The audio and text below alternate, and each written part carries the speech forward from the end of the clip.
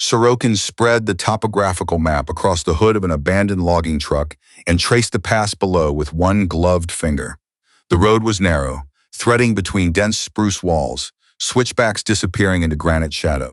The NATO reconnaissance element would come through at first light. 4 vehicles, 12 personnel, following the same route they'd used for 11 consecutive missions without incident. 11 missions without incident had made them comfortable. Comfort was the precondition for everything Sorokin arranged. He'd been working this sector for 6 months. 14 coalition personnel eliminated. Not one survivor had given intelligence that led anywhere useful. The pass ahead would channel the convoy directly into his prepared position. He didn't think of it as a trap. Traps implied uncertainty. This was arithmetic. He folded the map, looked at the sky going pale gray over the eastern peaks, and waited. The first thing Staff Sergeant Pelham noticed when she stepped off the Chinook at Forward Operating Base Clearwater was the cold. Not the clean prairie cold she'd grown up with, the kind that hit flat and honest across the Saskatchewan flats. This was mountain cold, wet and serrated, the kind that found the seams in your kit and worked inward. She pulled her collar tighter with one hand and kept her grip on the rifle case with the other. The second thing she noticed was Sergeant McLean watching her from the logistics bay doorway with an expression that stopped somewhere between confusion and contempt. Pelham had been seeing that look for 8 years. She set her bag down on the tarmac and met his eyes without comment. "You're the fire support element Kandahar sent up?" McLean said. "Sergeant Pelham, yes." "How old are you?" 32. He looked at the rifle case, then back at her.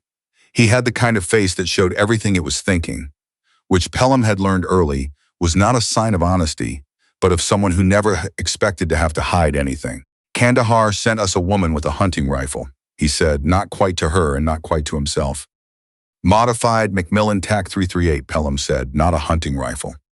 He walked away without answering. Captain Corbett ran the briefing with the economy of someone who'd given the same information too many times. The team filled the operations room. McLean, arms crossed from the moment he sat down. Sabo, the team's breacher, who hadn't looked up from his notebook. Ferris, communications, watching Pelham with frank curiosity rather than hostility. Odewall, the medic, who looked simply tired. The imagery on the screen showed a mountain pass, dense conifer coverage on both slopes, a single-lane road winding toward a coalition logistics hub 20 kilometers south. "Reconnaissance element, 4 vehicles, departure 0530, Corbett said. "Route 7 through the Varash Pass. Intelligence suggests this route has been compromised. Potential ambush. We're providing advance overwatch to confirm or deny threat presence and enable extract if contact occurs." "Intelligence suggests or intelligence knows?" Ferris asked. "Suggests, which is why we're going to look before they move." McLean shifted in his chair. "Overwatch range through that pass is going to be roughly 400 meters due to canopy cover. That's not overwatch. That's close support. Which is why our fire support element goes in close." Corbett glanced at Pelham. "Sergeant Pelham will work from an advanced position on the north slope with eyes on the switchback and the dead ground behind the eastern granite. Captain, with respect." McLean paused, adjusted his tone with visible effort. "The north slope is active threat terrain. You're positioning a single shooter forward in potential hostile contact, and that shooter is..." He stopped, new to the sector. "Sergeant Pelham has 6 years as a designated marksman, 2 previous combat postings. I've read her record." The way he said it communicated clearly what the record, in his estimation, had failed to prove. Pelham said nothing. She'd learned that the best response to that kind of statement was silence. Silence let people hear how empty the statement was. Corbett moved on. The team dispersed to their pre-mission tasks. But Pelham registered the quality of stillness in the room as the briefing closed, the way Odewall kept his eyes forward, the way Sabo's pen had stopped moving, and understood that whatever anyone thought, they'd made peace with uncertainty. That was enough to work with. Corbett asked her to put rounds down range before they moved. Pelham had anticipated this and didn't mind it. The range at Clearwater was carved into a hillside clearing, 500 meters of sight line before the tree line closed back in. The targets were standard silhouettes, but placed at irregular angles and partially obscured, propped behind sandbags, positioned at the edge of dense brush, one of them suspended in a frame of birch branches that fragmented its outline. Mountain engagement geometry. McLean came out to watch. This also didn't surprise her. Pelham set up without hurrying. She'd learned the habit from her grandmother, who'd spent decades reading the Northern Boreal from a canoe seat and on foot. The understanding that speed before readiness was a form of self-deception. She checked the scope, noted the wind from the grass movement at the range edge, thought about the temperature and what the air density would do to the round at this altitude. She put the first 3 shots into the partially obscured target at 420 meters, each one through the narrow gap in the sandbags, each one inside a 2-centimeter group. The brush target required reading the gap in the vegetation rather than acquiring the silhouette directly. The shot was clean. The birch frame target was the interesting one. The branches interrupted the visual signal, turned the silhouette into a fragmented puzzle. Pelham took longer on this one, not from uncertainty, but because she was doing something most shooters didn't do on a range. She was listening. Wind in birch branches made a specific sound. When that sound changed, it meant the air pattern around the target was shifting. She waited for the pause. The pause came. She fired. The range officer walked down range and came back with an expression that required no interpretation. "Center mass," he said, "all 5 shots." McLean stood still for a moment. "The birch frame was set at 520, he said quietly to Corbett. "I know what it was set at." Pelham broke down the rifle and began the cleaning sequence. She didn't look in McLean's direction. Nothing useful lay that way. But she heard him say, barely audible. She was listening to something before that last shot. "Did you see that?" And she heard Corbett say, "Yes, I did." They inserted at 0300. The mountain dark was complete. No moon, cloud cover moving in from the northwest. Pelham moved with Varash, who was carrying the comms pack, and who, over the 4-kilometer approach, had stopped treating her like a liability and started treating her like a teammate. It was a small shift, she noticed it. At 0500, she was in position on the north slope. The pass below was gray and still, spruce standing in rows that looked almost architectural in the pre-dawn light. The road curved out of sight around the eastern granite shoulder, returned to view for 150 meters, then curved away again. That middle section was the logical kill ground, if someone intended a kill ground. At 0512, she keyed the radio. "Actual, this is Overwatch. I have a sound inconsistency on the eastern shoulder, approximately 60 meters north of the road." Corbett's voice came back even. "Describe inconsistency." "Bird activity on that slope is wrong. It's been wrong for about 8 minutes. That species doesn't go quiet without cause. There's also a change in the drainage sound below the shoulder. Something is disturbing the runoff pattern, not an animal. The disturbance is too regular." Silence on the channel. Then McLean's voice, not quite controlled. "She's calling a halt because birds stopped singing." Pelham didn't respond to that. Corbett said, "Overwatch confidence level?" "High. Whatever is on that shoulder, it's human and has been there at least 2 hours. They came in before first bird activity." Another silence, longer this time. "Reconnaissance element, hold departure. A shift to the team channel. Pelham, if we push a scout element to your left flank, can you cover the approach?" "Yes." What they found on the eastern shoulder was not a sniper position. It was an infrastructure ambush.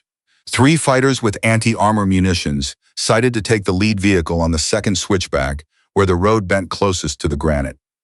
The layout was professional. The sighting accounted for the drainage gulch that would restrict infantry response, the canopy that would limit aerial visibility, the angle of morning sun that would put any responding force looking directly into the glare. It was not, Corbett said afterward, the work of a local militia. Pelham engaged 2 of the 3 fighters from her position, while Sabo and Oduol closed on the 3rd. Nobody on the coalition side died. The reconnaissance element arrived after the position was secured and the threat confirmed. The vehicle Sorokin had intended to destroy still intact and rolling. McLean found her breaking down her position. He stood for a moment without speaking. "The birds," he said. "Gray-crowned rosy finches," Pelham said. "They're reliable." He sat down on a rock beside her. He'd been a designated marksman for 11 years, and she could see the professional inventory running behind his eyes, going back through what she'd called, what she'd seen, what he'd missed. "I was looking at the road," he said finally. The sight lines. I wasn't listening. Most people aren't taught to listen to terrain. Where did you learn it? Pelham kept packing. My grandmother. She spent 40 years in the northern boreal. Guided fishing and wilderness parties out of a community north of Thompson. She said the bush tells you everything if you stop making noise long enough to hear it. McLean was quiet for a moment. Where is she now? A care facility in Thompson. She has dementia. Pelham paused with her hands on the rifle case. Most days she doesn't know my face, but she still knows the bush. When she has a clear stretch, she'll talk about track sign or reading water, things from decades ago. Perfectly precise. The knowledge she learned earliest is the last thing it lets go of. She stood, shouldered the pack. I think about that a lot. 2 days later, Corbett called the team in and put a face on the screen that Pelham hadn't seen before. Male, 40s, a face that showed nothing it was thinking. Former FSB tactical operator, private contractor, 8 months in the sector, 14 confirmed coalition casualties across 6 previous incidents. The methodology matched the eastern shoulder position, terrain integrated, professionally sighted, accounting for standard QRF response patterns. His name was Sorokin. He now knows someone called the eastern shoulder position before he could use it, Corbett said. That makes him curious. Curious men like Sorokin do something predictable. They come and look at the thing that surprised them. McLean said quietly, you want to give him something to look at. I want to discuss the option. The discussion was brief. Pelham listened to the texture of it. The silences, the things the team said around what they were unwilling to say directly, which was that the option required her to be visible in a location Sorokin would expect and to trust that everything around her was set correctly before he arrived. She said, what does the operation look like? Odual found her afterward while Varash was still reviewing the communications intercept plan with Corbett. You don't have to do this, he said. He was the most direct person on the team. He said what he observed. I know. Sorokin has 14 attributed casualties in 8 months without a verifiable mistake. Whoever they put around you is going to be operating on his timeline, not ours. Pelham thought about her grandmother in Thompson in the chair by the window. On the bad days, the face her grandmother saw when Pelham visited meant nothing to her. On the better days, not good days, just different. She would talk about old routes through the bush, the way ice sounds before it shifts, the quality of silence before a storm comes in off the lake. The knowledge had narrowed her mind to what it had learned earliest and most completely, which was the wilderness. The last things it released were always the ones learned young and used constantly, the ones that had become not skill but instinct. Her grandmother had told her once, in one of the last conversations where she was fully present, that the only abilities worth building were the ones you could use to protect someone. Yes, Pelham told Odual, it concerns me. I'm going anyway. The operation ran on the 4th morning after the eastern shoulder engagement. Pelham set up on the western ridge in pre-dawn dark. McLean was beside her as spotter. His own request, Corbett had told her without elaborating. They didn't speak for the first 2 hours. The mountain did what mountains do at that hour. Contracting in the cold, the spruce releasing accumulated moisture, rock faces condensing the night air into thin trickles that joined the drainage sounds below. Pelham listened to all of it. At 0720, something changed.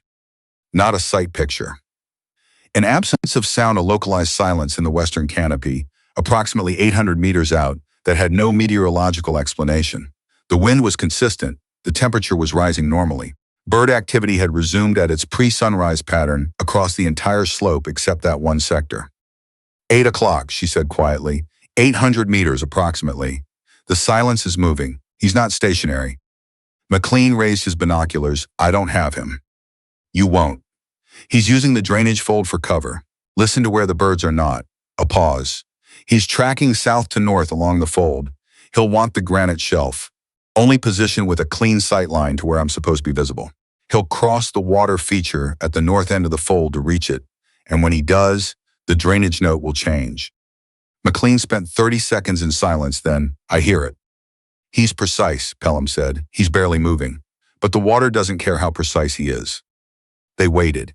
The cold settled into the ridge. 300 meters east, Corbett had 2 additional shooters in position.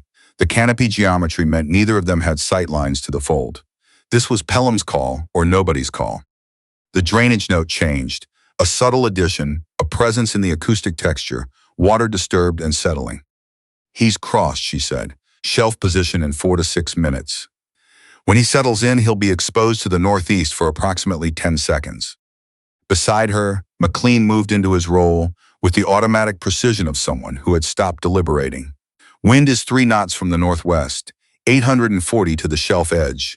Temperature 13 degrees. I have it, Pelham said. She waited. The mountain waited. 6 minutes of dense silence, not empty but full. The sound of forest doing what forest does, indifferent to the arithmetic being worked out across its slopes. Her grandmother had told her once that patience was not the absence of urgency, but the management of it. The urgency was always there. The management was what you built. The shape appeared at the shelf edge, precisely where the terrain logic said it would. Pelham fired once. The shape did not move again. Target down, McLean said. He lowered the binoculars and looked at her. That's Sorokin. Tell Corbett to hold position, Pelham said. If he built this operation the way he built the eastern shoulder, he didn't come alone. The secondary position was 300 meters south of where anyone had been looking. A carefully chosen piece of dead ground covering the approach to Pelham's ridge. In the event the primary shot missed, the man in it was FSB trained as well. He'd been in position since the night before. Corbett's team reached him before he could reposition. The debrief was long and thorough, and by the end of it, Pelham was sitting in the operations room feeling the specific exhaustion of a body releasing sustained tension that has been held in place for days. People offered congratulations that she absorbed without holding. She was thinking about Thompson. Corbett found her afterward in the cold morning outside the operations building. The drainage call, he said, the secondary position warning. None of that's in any manual I've read. My grandmother didn't use manuals. He was quiet for a moment. Tell me about her.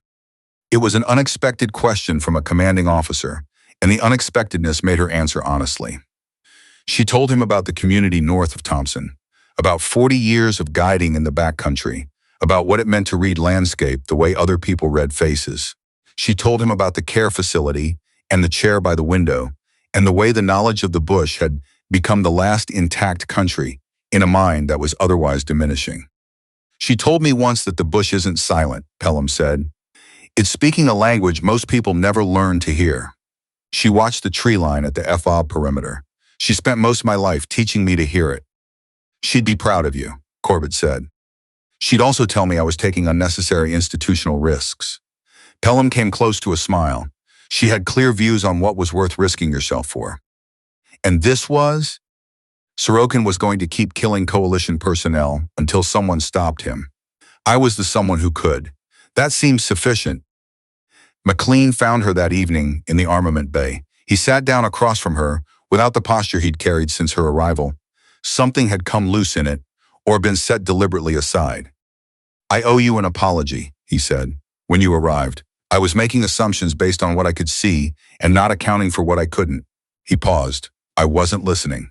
The echo in his choice of words was deliberate. She recognized it. What I saw on that ridge is going to take me some time to properly account for.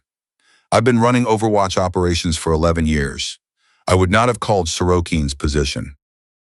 Different training. Better training or a different way of learning. He looked at the rifle case and then back at her. The drainage sound, the bird pattern. You weren't improvising. That was a system. My grandmother is systematic, Pelham said. I'm carrying her method. He shook his head slowly. You're something more than that. I don't have the right word for it yet. He stood. Whatever you need from me going forward, you have it. She held his gaze for a moment. I know, she said. I watched you change. He left. Pelham finished the cleaning sequence, then sat in the quiet of the armament bay for a while. She took out her phone and drafted a message to the weekend coordinator at the care facility in Thompson. Any good stretches lately?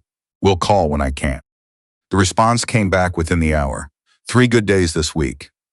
Yesterday, she explained to a nursing student how to cross a river by sound, said you have to listen for where the water isn't.